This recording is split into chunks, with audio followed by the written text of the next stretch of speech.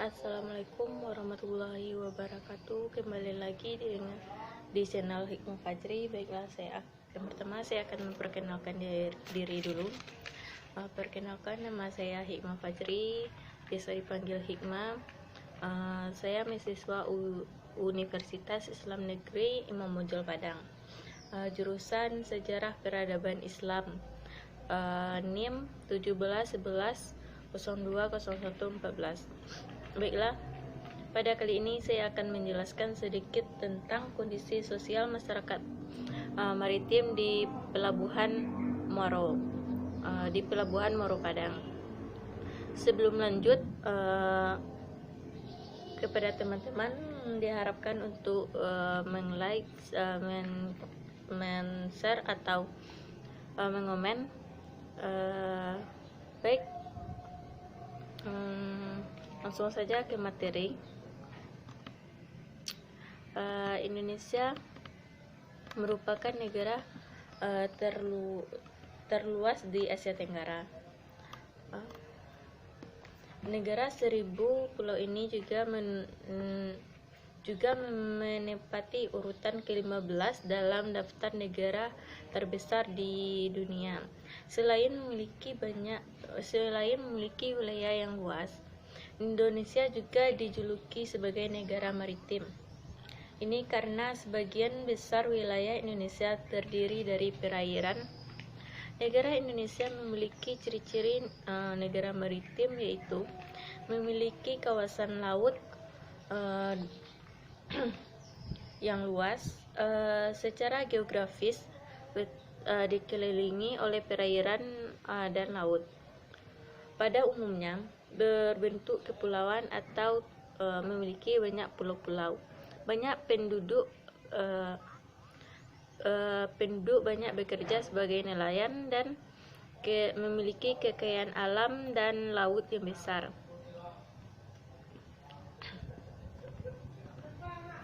Konsep maritim yang dipahami sebatas peristiwa yang terjadi di lautan akan menarik ketika dihadapkan dengan realita masa lampau yang menempatkan sungai sebagai bagian dari aktivitas maritim, karena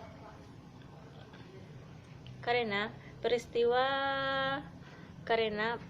di sungai memiliki kemiripan dengan yang terjadi di laut. Sebagai contohnya, gaya hidup masyarakat, aktivitas pelayaran, hingga kebudayaan masyarakat yang menggantungkan hidup di air. Baiklah, pertumbuhan dan perkembangan Kota Padang selalu berhubungan dengan aktivitas maritim, tanpa mengabaikan aspek-aspek yang lain.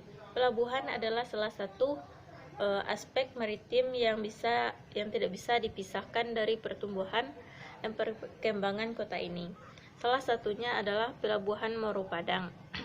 Di sini akan dibahas mengenai sejarah dan kondisi sosial masyarakat maritim di Pelabuhan Muaro Padang. Yang pertama, lokasi Pelabuhan Muaro Padang. Pelabuhan Muara atau Pelabuhan Muaro merupakan pelabuhan tertua di Kota Padang, Sumatera Barat, Indonesia. Pelabuhan ini berfungsi sebagai pintu gerbang masuk antar pulau, terutama menuju atau dari arah Kabupaten Kepulauan Mentawai, Sikuai, dan sekitarnya.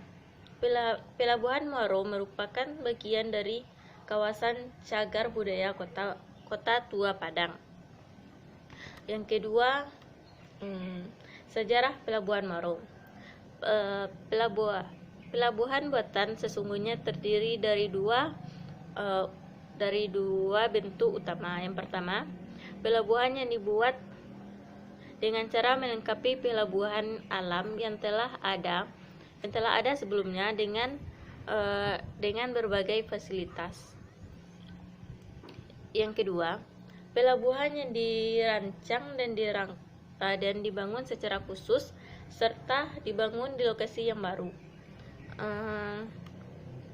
Kota Padang memiliki kedua tipe pelabuhan ini. Pelabuhan yang pertama yang tipe pertama diwakili oleh Pelabuhan Muaro Padang. Pelabuhan tipe kedua diwakili oleh Pelabuhan Teluk Bayur. Pelabuhan Muaro dibangun pada kawasan yang sebelumnya secara tradisi telah dimanfaatkan oleh penduduk setempat sebagai tempat tambatan perahu mereka atau sebagai tempat bongkar muat barang serta naik turunnya penumpang. Pelabuhan ini terletak di Muaro Batang Arau.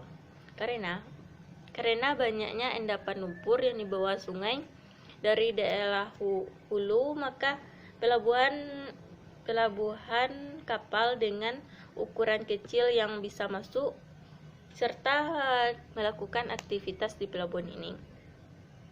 Pada masa VOC, kapal-kapal yang bisa bersandar di Pelabuhan Muaro Padang ini memiliki ukuran hingga 200 ton. Namun pada sekitaran abad pertengahan ke-19, karena penangkalan atau endapan dari lumpur itu hanya bisa menampung kapal-kapal yang ukurannya sangat kecil, yang bisa merapat di bawah sekitar 12 ton.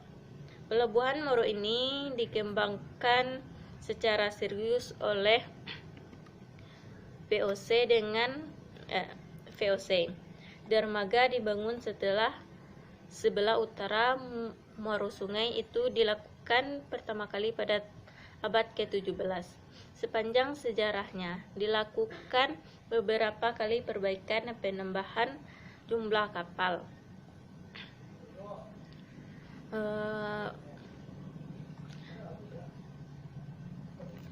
Perbaikan dan penambahan yang paling penting yang dilakukan terjadi pada tahun 1850-an dan 1870-an.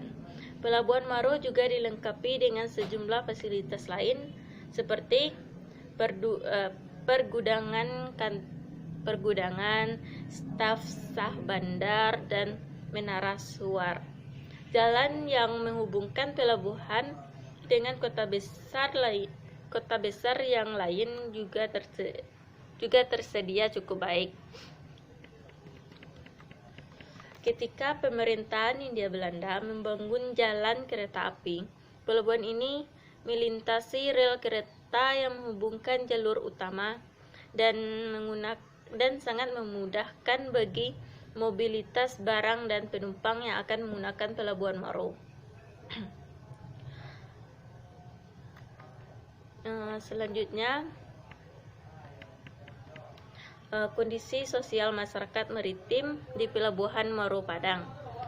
Kondisi masyarakat yang bisa merasakan langsung potensi kekayaan sumber daya kelautan ini adalah masyarakat yang berada di daerah pesisir. Banyak jenis pekerjaan yang bisa diusahakan untuk menunjang kehidupan ekonominya, seperti yang berkaitan dengan pemanfaatan sumber daya alam laut di Kota Padang. Jenis-jenis pekerjaan yang berkaitan dengan pemanfaatan sumber daya laut antara lain, yang pertama nelayan, yang kedua petambang minyak lepas pantai, yang ketiga berbagai sektor usaha wisata seperti pegawai hotel, warung makanan, toko cenderamata, penyewaan perahu dan alat-alat perairan, penjualan tiket, dan pemandu wisata dan lain-lain. Ada juga yang bekerja sebagai para petambak ikan dan udang, petani garam, petani rumput laut, penyelam tradisional yang mencari teripang, petani budidaya kerang mutiara laut, dan lain-lain. Dari banyaknya potensi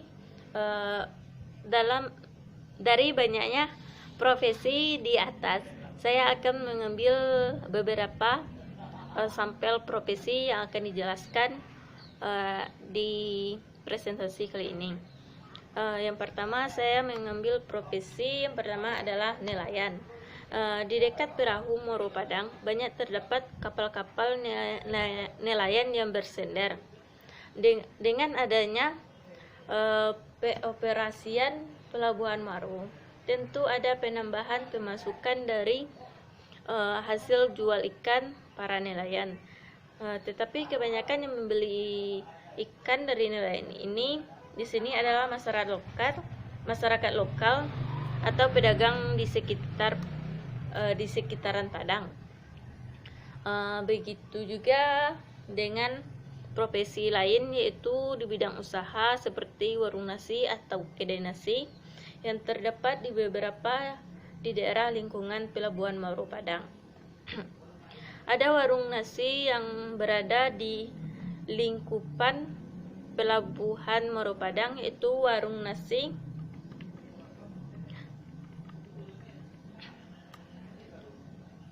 yang bernama Kantin Mentawai Pets.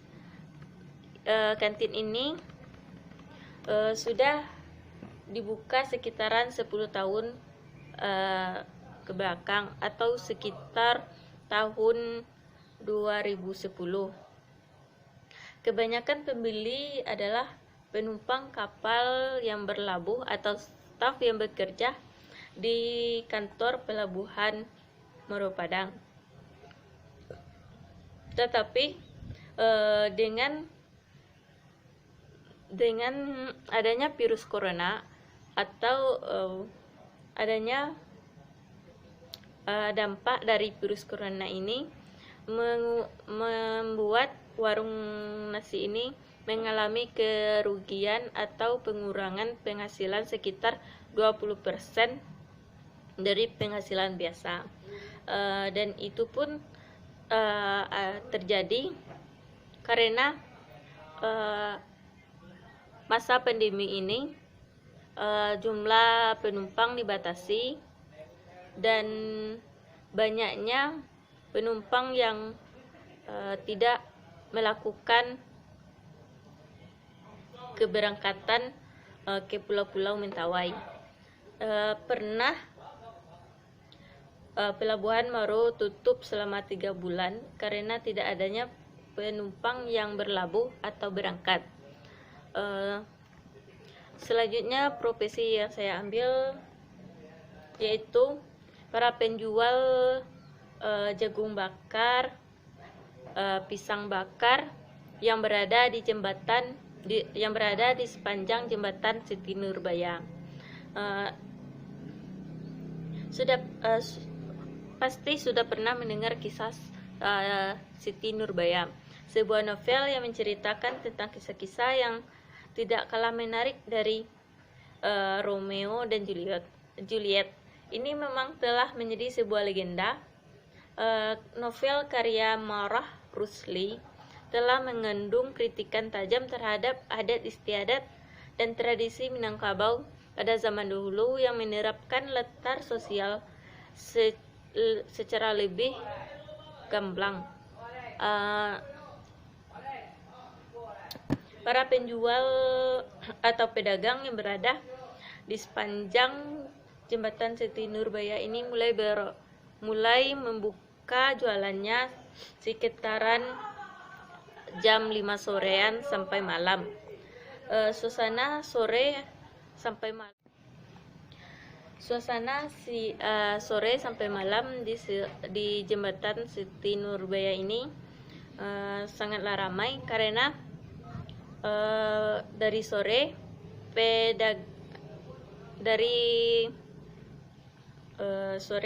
pedagang sudah mulai membuka jualannya dan banyak wisata ataupun masyarakat lokal yang datang ke situ untuk bersantai atau nongkrong sambil mencicipi berbagai pangan yang dijual oleh pedagang di jembatan Siti Nurbaya. Baiklah, hanya itu yang dapat saya jelaskan. Saya ucapkan terima kasih. Saya akhiri dengan Assalamualaikum warahmatullahi wabarakatuh.